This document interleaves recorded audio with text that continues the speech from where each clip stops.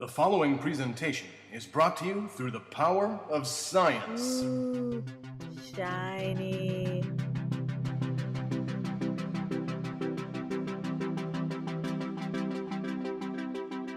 Welcome to Generations Geek, a more or less family-friendly celebration of all that is geeky. I'm science fiction writer Scott Pearson, and along with my daughter Ella, Hello. we are two generations of geek. This is episode 47, Part of the Family, part 4 of our multi-part Alien retrospective as we discuss Alien 3. But first, remember you can find us online at generationsgeek.com, which includes handy links to all our episodes. Plus, check out the Generations Geek Instagram, featuring Ella's geeky adventures. Now, on with the show. Right. Alien 3. I just want to say one thing off the top. So we had a direct sequel. Starts up basically right where the previous one left off. I want to point out that the first film came out in 1979, second film came out in 1986, and the third film came out in 1992. So there was another 6 years before they did the third film. So it's kind of interesting how spread out these are for a series, and how Sigourney Weaver looks exactly the same. She still looks the same. Yeah. Okay, so I think this was really only my second time watching this, maybe third, and this was your second time, Yeah, right? yes. But you saw it for the first time just a couple years ago, where I saw it for the first time a couple decades ago. Like a year ago, yeah. Yeah. Because I saw it when it came out. Yeah, I was going to say, it was the first time you saw it in 1992? And I don't think I watched it again. Maybe I've seen bits and pieces of it here and there, but, it didn't really grab me. What was it like waiting 6 years for that? Disappointing. I'm afraid that as I age, this will happen to the things that I love. Well, it's definitely a... I don't want to go to, Iron Man 34 and, Well, yeah, that's the problem with sequels, is sometimes you'd prefer if they just let something go out on top, because you never know when you're going to get a dud. And we'll discuss this more as we go along with this particular film. It was a really troubled shoot, and you can tell. And the memory I had over the years of the film was I was kind of thinking well, maybe it got kind of, a harsh rap, maybe, because after those first two films, it's hard to measure up, and so I thought, this is going to be interesting to go back and see it after all this time, and after the dust has settled for decades. And so I was kind of looking forward to seeing it, and wow, I just found it a chore to sit through. You were looking forward to watching it today? Yeah, because I just said, I was all this time has passed. There's no preconception. There's no, I know it wasn't a great film.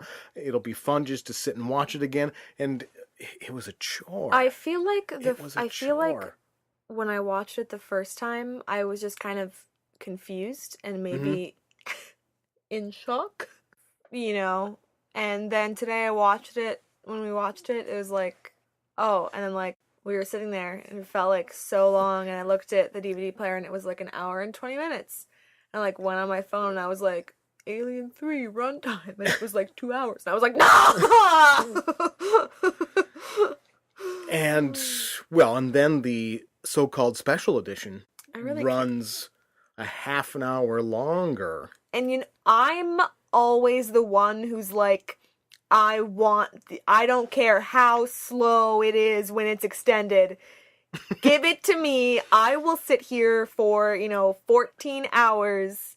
Well, but I don't want that. But the extended edition of this was not a director's cut, and I think that was, Yeah. So someone else went in and took all this alternate footage and stuck it back in. Yeah. I mean, David Fincher is a solid director, but he got saddled with this big studio film, and there was a lot of interference. Oh, yeah, it did not work for me. Well, let's start from the top. So it starts out right where the previous one left off, because we're in the ship, seeing them in their hypersleep chambers. But then we see an egg and a face hugger coming out. But there's no explanation for how at least 2 eggs were on the ship, because No. Ripley gets impregnated with a queen, and then there's the other egg that That's my worst nightmare. it's not a good thing. Like things inside of you, Parasites. like being pregnant is just Yeah. gonna come. And then, of course, depending on whether you watch the theatrical or the extended edition, there's a facehugger that gets a dog or an ox. So there was at least 2 eggs on there. Yeah. Well, and I guess the idea being is that you have to have at least one drone as a protector for the queen. If you have a queen larva coming out, I don't know, but I feel like I'm doing math. yeah, the one thing I was looking for in the special edition, Reanimation of Bishop, I'm jumping way ahead here, but maybe he would say something more explaining about how the eggs got on the ship, but he didn't. There's no explanation whatsoever. I don't know. Okay, so we're teased right at the beginning by we're seeing like the scans of these sleep pods, so you know that someone has already had a face hugger on.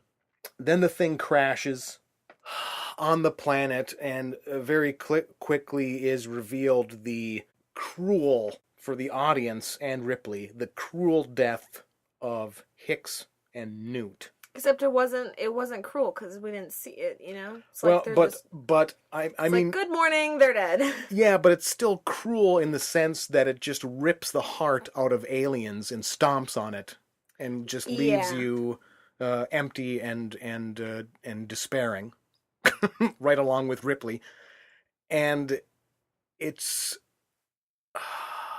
Can we just? We'll talk about that more later. To the man who was like, you know what we do?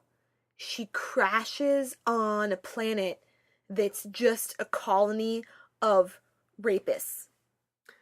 Yeah, yeah, and this, you know, this whole double Y chromosome thing. I need to speak to some men. Well, this whole thing about them all being double Y chromosome. That's just nonsense scientifically, biologically. Yep. I mean, there are men that are XYY chromosomes, but that doesn't turn them into, you know, crazy killing machines. I was gonna say it's kind of a that was just. Why even do that? It didn't make any sense. Like when people are like, "Oh, like all you have to do is cover up, like men can't help themselves." It's like, but all you would have had to do is say that they were murderers and rapists. Why add? Or you could have had it be like just a normal prison colony. Why is there this special? I mean, like thing? That, and then like that's just ill-conceived from the get-go. Also, like, there's no death penalty for murderers and rapists in the future. Not to get too neoliberal on you here, but I don't think we want to open up the whole capital punishment can of worms. That's another podcast, and one that we don't do, because we just talk about geeky stuff. Coming soon. Coming soon to you. I mean, dramatically, this was the only thing that was like a payoff of the cruel deaths, because then you get the horrific autopsy scene, and that's a heartbreaking bit of business, but it does actually show some things about Ripley's character. It shows her she's still a strong lady. Her love for Newt and her resolve to do what needs to be done, no matter how soul-crushing it is. The dude that plays the doctor, mm-hmm. I think played Tywin Lannister in Game of Thrones. There's like this scene really early on in Game of Thrones where he's like butchering a deer. And And he has the exact same look on his face of just this kind of blank, like, this is what I'm doing now. I don't get why she would have just said, Yo, there might be a parasite and like crack it open. Just say there's some weird alien parasite. It's like I think she was afraid since everything to... is owned by the company. I think she was afraid to be like, there's an alien in there, fam, and the company well, like that's they what want I'm it saying. for the big bucks. That's what I'm saying. She could just kind of take the doctor aside and just kind of like, I think there could be some sort of parasite in there, and not go into the whole rigmarole. Also, why does she trust him? Because I don't think she has much of a choice. I think not with the Autopsy, but like later, it's like they're like besties. It's like, well, okay, yeah, why we'll you get just, to like, that. chilling with him, like, I don't know what's going on. We'll get to that. One thing I found kind of artsy and nice is, even though she sees that the body of Newt doesn't have a xenomorph, she still talks them into cremating the bodies of Hicks and Newt. And then that scene foreshadows her own death. It shows the bodies being dropped into the thing, and that was nicely done. And I also thought it was kind of nice, some good writing. The preacher character, Dylan, is giving a little bit of a sermon or whatever as they dump the bodies, but he's, unbeknownst to him, he's speaking in all these double meanings, because he's talking about at the end of life there's always a seed of new life, and it's like, well, yeah, it's like you're talking about the xenomorph being inside a body that's, so that was kind of worked. I think the best thing, unarguably the best thing about Alien 3 is Ripley with the head shave. Boom. That's actually not what I thought you were going to say. What did you think I was going to say? I thought you were going to say, after Dylan says, I am a murderer and rapist of women, that Ripley just goes, I must make you nervous then. And she just like sits down. And she sits down anyway. That is a classic Ripley. Power move, Ripley. Yeah. I wish, the only thing I want to be different about that is I wish, like, who directed this? David Fincher. David Schwimmer?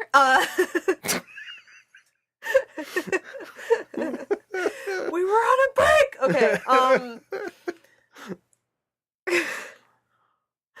I wish David Fincher had stopped and been like, you gotta be like low-key aggressive with that line. Like, she's just kind of gentle about it. Like, she's just kind of like nonchalant, but I wish she would have like got, I want her to have gotten like intense, but like, I must make you nervous. Am I making you nervous? Like, I don't know. I kind of think that the underplay of it makes it even... no, like, don't yell it, but also, like, it was almost, like, too gentle, and I was like, I want her to have had this look on her face, like, she knew exactly what she was doing. Well, I think she did know exactly what she was doing. Then we get... remember when we were discussing Aliens? No. And we talked about how much we liked the interaction between Ripley and Hicks, because they didn't force it to be a romance of any sort. Oh, like the way they were just like... They were friends, they were equals, they were... And they're... Definitely. And even though you sensed a developing bond between the two, they didn't go... too far. They didn't, it's definitely like a standout relationship, but it's not like...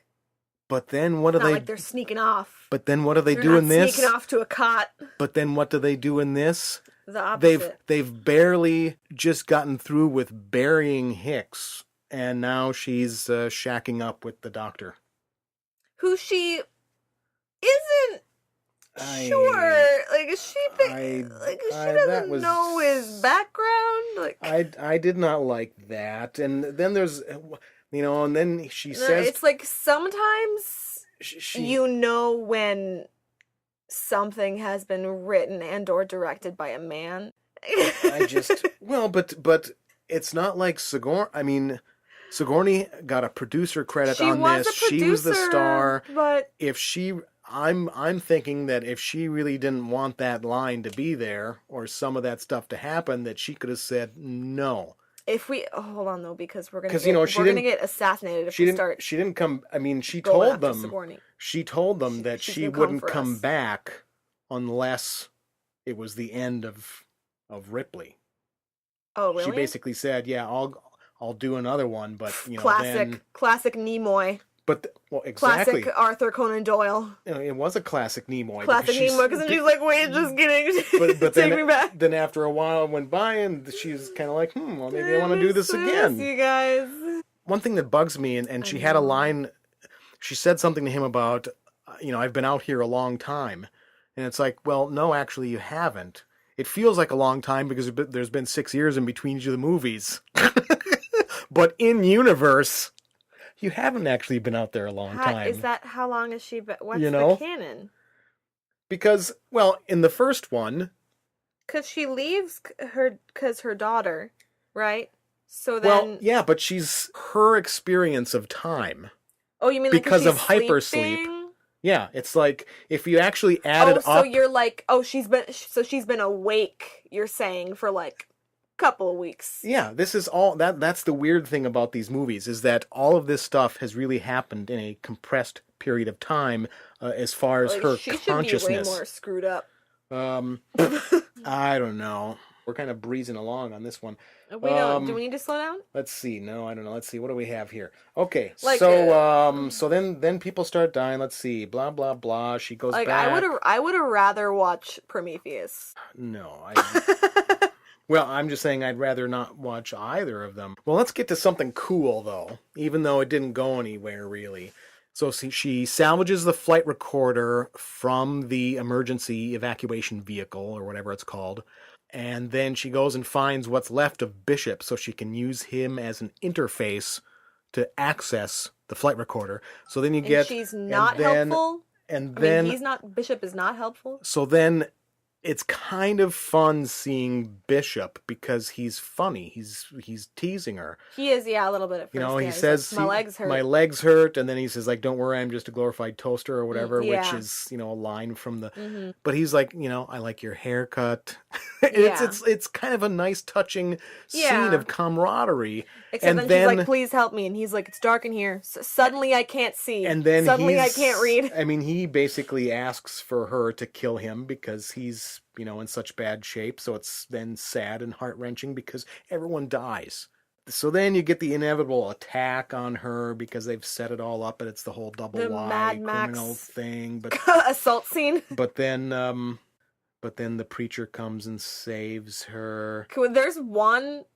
I want to talk about one detail in that scene. Mm-hmm. And that's, he comes in, he starts hitting on him with the crowbar, they all run, and he's kind of like, shut up, I'm taking care of business. Yeah. And he, like, kind of wails on somebody, but there's not really, like, a scream or, like, anything. It's just, like, a couple of thuds. But then when he turns to tell her to leave again, there's, like, just flesh, like, brains on the crow. It's like, that boy dead, like...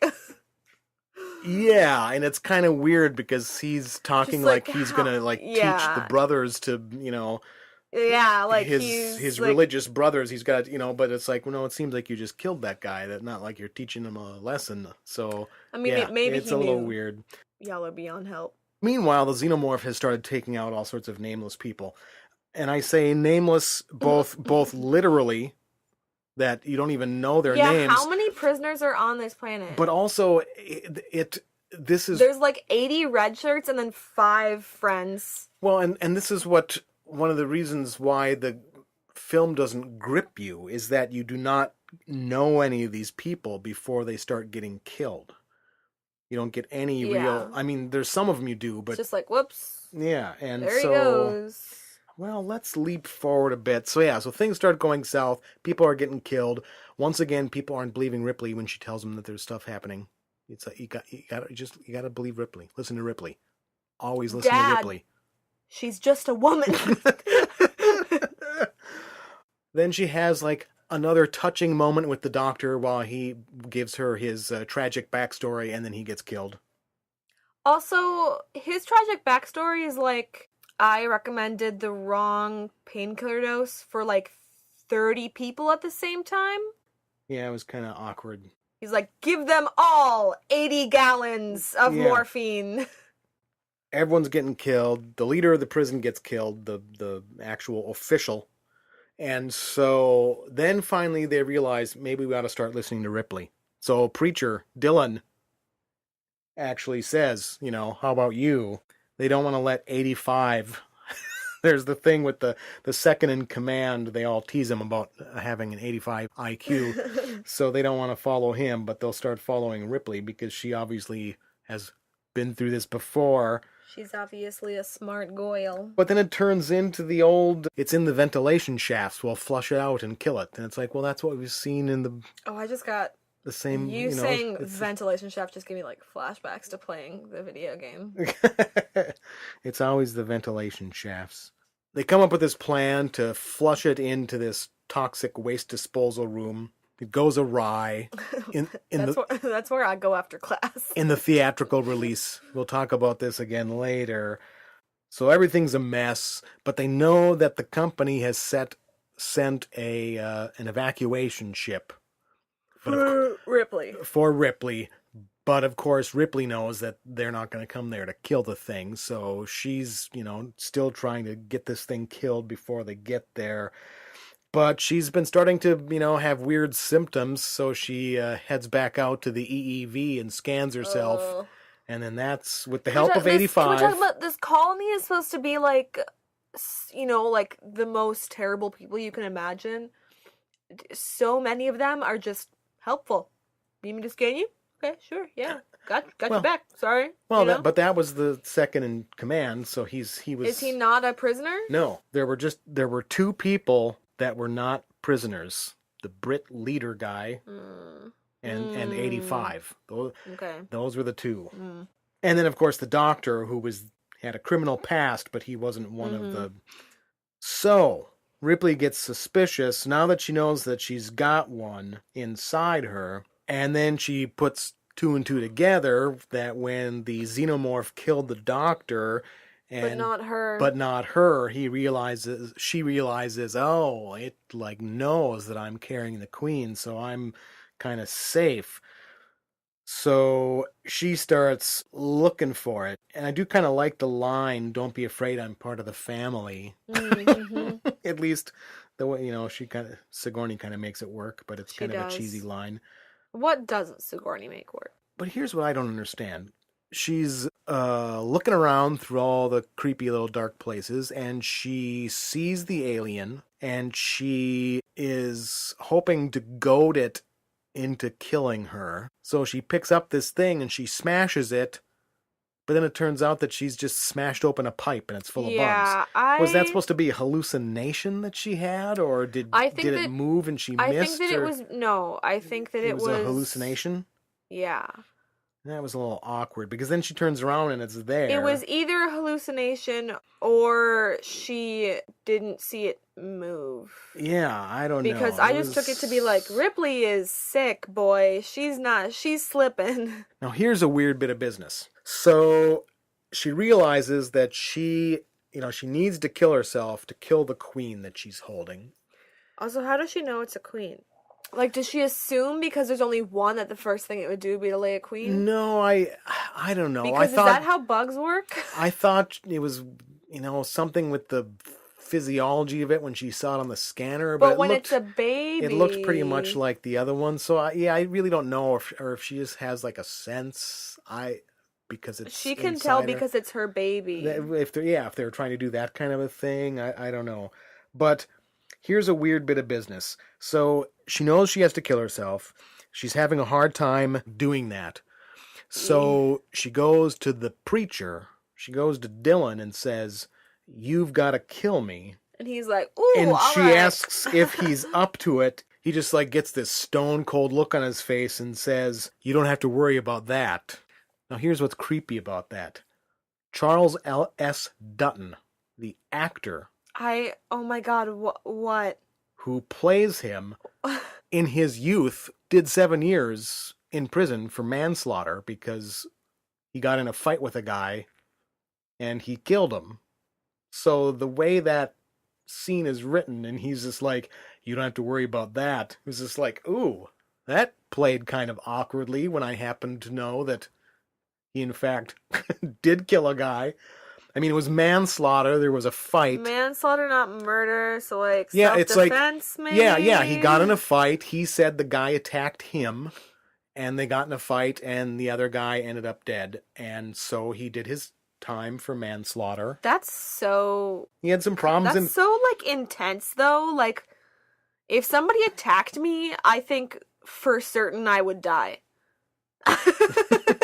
Like, I don't think, anyways. So, but then it was like, and then he had some trouble with the law after serving his time. And then he but got cast in Alien 3 and everything was okay. At some point in there, like when he was in prison, he discovered through like the prison library, he started reading plays and stuff, and then that's what turned his life around, because then he suddenly realized, like, I want to be an actor. And he turned his life around, and, from being a, Wow, that sounds like fake. So, like, sounds like a musical. He goes to prison. He's like, I just love Shakespeare. Now here's my least favorite line in the film. Oh. Ripley's trying to talk the inmates into the idea that they have to kill the alien. They have to risk their lives and kill this thing for the better good or whatever. And she's trying to impress upon them that the company is not coming to help. She's saying that when they do not care about you. We're They're going to come in expendable, here with their shiny sunglasses. Yeah. And she's saying, when this first happened, the crew was expendable. Then they sent in the Marines and they were all expendable. And then she says, they think that we're just crud. Crud? Like she's 12 years old. They're rebel. They think we're crud. They're rebel scum. That was just the most awkward line. Meanwhile, they're dropping F-bombs in every other sentence for the rest of the movie. And then because these guys are criminals, Dad. Yeah. They don't watch their language. And she says crud. That just They think that we are crud. Like that's the worst thing she can think of. They come up with the elaborate plan of leading the Xenomorph into this channel where there's this piston thing that drives toward the like foundry place where they can pour molten lead on it or whatever. And so they're doing the whole like trying to lead the Xenomorph through the tunnels and stuff, and people are getting splattered all over the place. People whose names you don't know and you don't care to know, and you don't really feel much when you lose them because they're just... I felt nothing the whole movie. It was... So we get to some major heroics. There's one of the scenes that I like because it's just like such classic Ripley. So on the one hand, she knows that she's got a certain amount of safety from the Xenomorph. But still, they're trying to get the thing into this place so that this way they can trap it. And she's actually grabs it by the tail and is trying to pull it out. And the idea of grabbing one of these killing machines by the tail is just you won't just drag him out? Even if you knew, well, it's probably not going to hurt me because I'm holding the queen in me, but still, it's just like, Ripley, yes. She's got the shaved head, she's got an alien by the tail. Don't mess with Ripley. She's taking care of business. Yeah. I like how Dylan, the preacher, sacrifices himself. He wants to, like, save her. Even though he knows that she has to die, he's like this honorable man and made a deal with her that they had to kill the alien first, and so he realizes that he's got to sacrifice himself because it's starting to climb out after her. So they dump the hot lead on it, and just when you think, yay, it comes leaping up out of the hot lead. But then they do this crazy thing. I can't decide if this was really cool or really silly. So the idea is that the thing survived being dunked in molten lead, but now the entire body of it is so hot that they just dump cold water on it and it shatters, basically. What did you think of that? I can't decide if that was cool or ridiculous. My brain stopped thinking about any of 10 minutes into this movie. About 45 seconds. Yeah. So they kill the thing just in time. The company evac team has arrived. 85 meets them, leads them down. Then you get the big, one of the big twist of the movie is Bishop 2. They call him in the credits. But so you see Bishop, and he says, well, no, I'm not the android. I'm the guy who designed the android. And he's very creepy. Also, that's also a power move. It's like, send the real guy. But, like, what? Like, there's no real point to them sending, like, a human. You know what I mean? It's just... It's the company. They will do what they... Yeah. Like, they're like, okay, maybe she'll trust somebody who looks like Bishop. And then they're like, send in the dude. Send in the... It's like, you know what we should do? Like, what, bro? Send in the actual guy. They're like, oh my god, like hitting buttons in the conference room. But, of course, even though he immediately says, oh, we'll save you, we'll take it out, we'll kill it, everything will be fine, she doesn't believe him, and of course he's just lying because the company just wants the creature. So things start going south. She locks herself away from them. They start shooting. 85 tries to have his moment of heroics, and he picks up something and whacks Bishop in the head, but then he gets killed. But then, the gruesome thing about Bishop's ear, this creeped me out so much when I first saw it. Well, when I first saw it, I was convinced that he was actually, even though he said he was human, that he was an android. Yeah. But when you watch it again, especially if you watch the deleted scene where there's a little bit longer shot, it definitely looks like blood comes out of him, not, you don't see like milky android stuff. Yeah. But basically 85 hit him so hard in the back of the head that like his ear is sticking way out. Did you notice how far out his ear was? Yeah, it was like the skin, it's like the flesh behind his ear got torn off of his skull. It was like hanging So there. his ear is hanging out, and so that's why... Can that happen? You think you'd just be like chilling after that? You think you'd still just be like, come here, I need the parasite in your uterus? Yeah, that's why when I remember seeing it in the theater at first, I was thinking, I think he was an android. His ear was just hanging out. Would that have happened with the person? He would have just, But I think he was a human. But then, as was foreshadowed with the cremation scene of Newt and Hicks, we see Ripley take her dive into the molten metal, and the alien chest burster, even as she falls, it comes out, and she holds it to her, keeps it from escaping. And they won the gold medal just for the emotion. Yes. You're about to die. Mm-hmm. You're falling towards you're golem falling towards the lava, and a thing bursts out of you. Do you think you could just be serene and just hold it? Like, no, we're gonna die you must die with me. I couldn't, but she's Ripley. She is Ripley. Ripley's just gonna take care of the business, no matter what. I'm just shook. But here's the thing. Okay, so that in a nutshell was the film, the theatrical release. Now, there's two more things I want to talk about. First, flashback to when I was talking about the cruel death of Hicks and Newt and how it ripped the heart out of aliens and stomped on it and left us all bereft and empty. Here's the thing that robbed us of a couple things because let me step back. Let me tell my headcanon, my fan rewrite of the film that I've told you many times over the years. At the opening of the film, when the eggs are exploding into the spaceship, acid's getting about, it causes the problems that causes them to be ejected from the ship. And we see the hypersleep tubes getting ejected into the evac vehicle that then gets released from the ship. In my head, what really would have happened was we would have seen two different escape vehicles that shoot out of different sides of the ship. One gets caught in the gravity of Fury 161 and re-enters. The other one just goes tumbling off into space. And we find out then that what landed on the planet is Ripley and Bishop. Then the movie proceeds more or less like it did. But then at the end, when Bishop 2 comes and is trying to persuade her to come with, and she's saying, no, I'm out of here. I can't trust you. You're not going to kill it. Then Bishop says, well, I've got some people that want to talk to you. We found this other evac pod on our way here.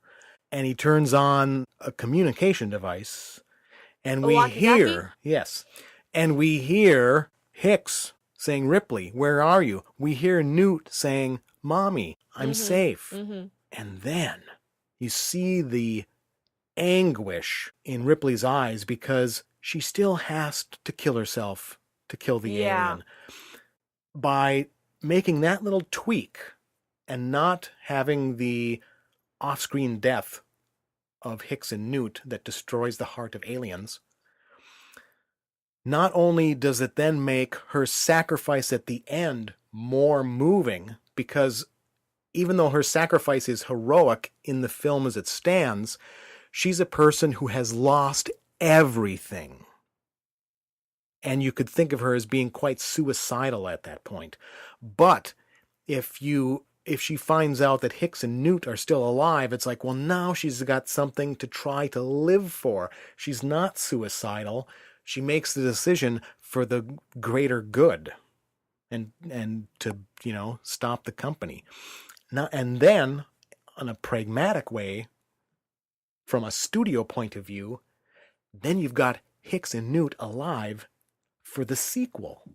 I'm really surprised that the studio let them kill off those, definitely. All the characters. Okay, so that was one thing I wanted to talk about, but the other thing we have to talk about is the shoot. This film, behind the scenes, was a mess. Studio interference, the director, they're not getting along, they're fighting over the thing. And so, in most films, if you get a special edition on disc, it's a director's cut, and you get a few extra scenes, things are a little bit longer, and that's about it. It's not that big a deal. But this special edition isn't a director's cut because David Fincher was so upset with the whole nightmarish process, there was no way he was going to come back and do a director's cut. And then when you watch... He was too angry at Rachel. And then when you watch the thing, it's like, oh my God, it's like a different movie. I mean, you watch the... It's a whole different thing. It's just bizarre how different it is. You just realize there was practically two different movies that were filmed. One of the big changes is the whole ox thing, where you see them dragging the vehicle back to the prison with a team of oxen, and then it's an ox that gets the face hugger and births the alien instead of the dog in the theatrical release. Also, they shot, when they were first trying to capture the alien in the toxic waste disposal thing, they actually succeeded in capturing it, and then it got let out by the Eighth Doctor, who was so Paul McGann, whose almost his entire performance was left on the cutting room floor. It's like he shows up in one or two scenes in the theatrical release, and then you watch the special edition, and you see this whole other plot where he goes and lets the alien out for some reason because he's just nuts. And so then they have to come up with the other elaborate plan to catch the thing and kill the thing. It is kind of interesting from a filmmaking point of view to see how different it is and see how with careful editing they were able to make it more or less, a pretty seamless flow of story in the theatrical release, even though they had cut out these huge different scenes. One thing that I liked about it was Ripley was really able to convince 85. Well, I guess she didn't completely convince him, but they sent a message to the company team that was coming, and she asked for permission to kill the alien, and permission was denied. And I think that she just did that to try to demonstrate to 85 that they are not coming here to kill the thing. Yeah, definitely. But he was still apparently convinced that things were going to be all right. Until the very end when the shooting started, and then he realized, Just kidding. I kind of picked the wrong side in this fight.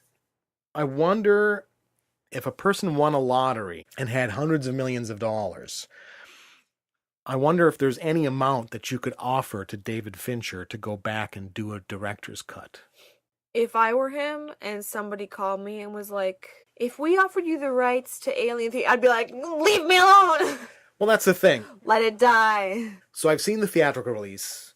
I've watched the deleted scenes. And although there were some elements of those deleted scenes that had a little bit more character to them and added something to the film, I still think that in the end, the whole process was so messed up that you can't make a great film. Even if you had David Fincher come back, it's like you'd need to shoot new scenes to try to fix that film to get it in the same neighborhood as the first two. Well, what we didn't get into were all the rumors of the original screenplay drafts that made it sound like it could have been a very interesting and much different film.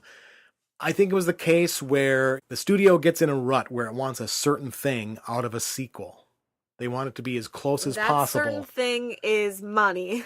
And they want it to be as close as possible to the original films because they know those made money. Yeah, and so that's what people want. And there were people involved in trying to write the third film that were trying to do something really, really different.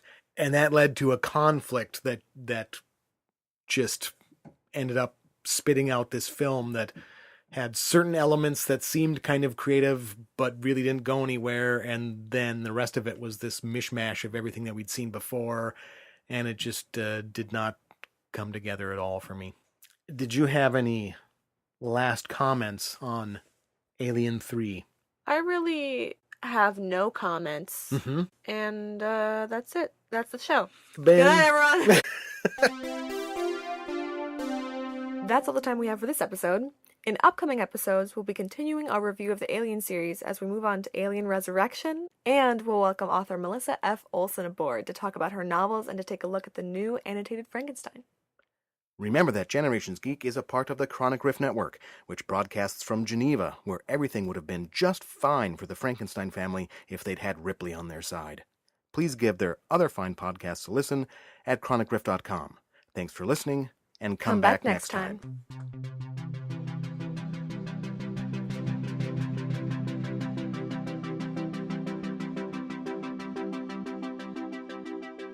No geeks were harmed in the making of this podcast.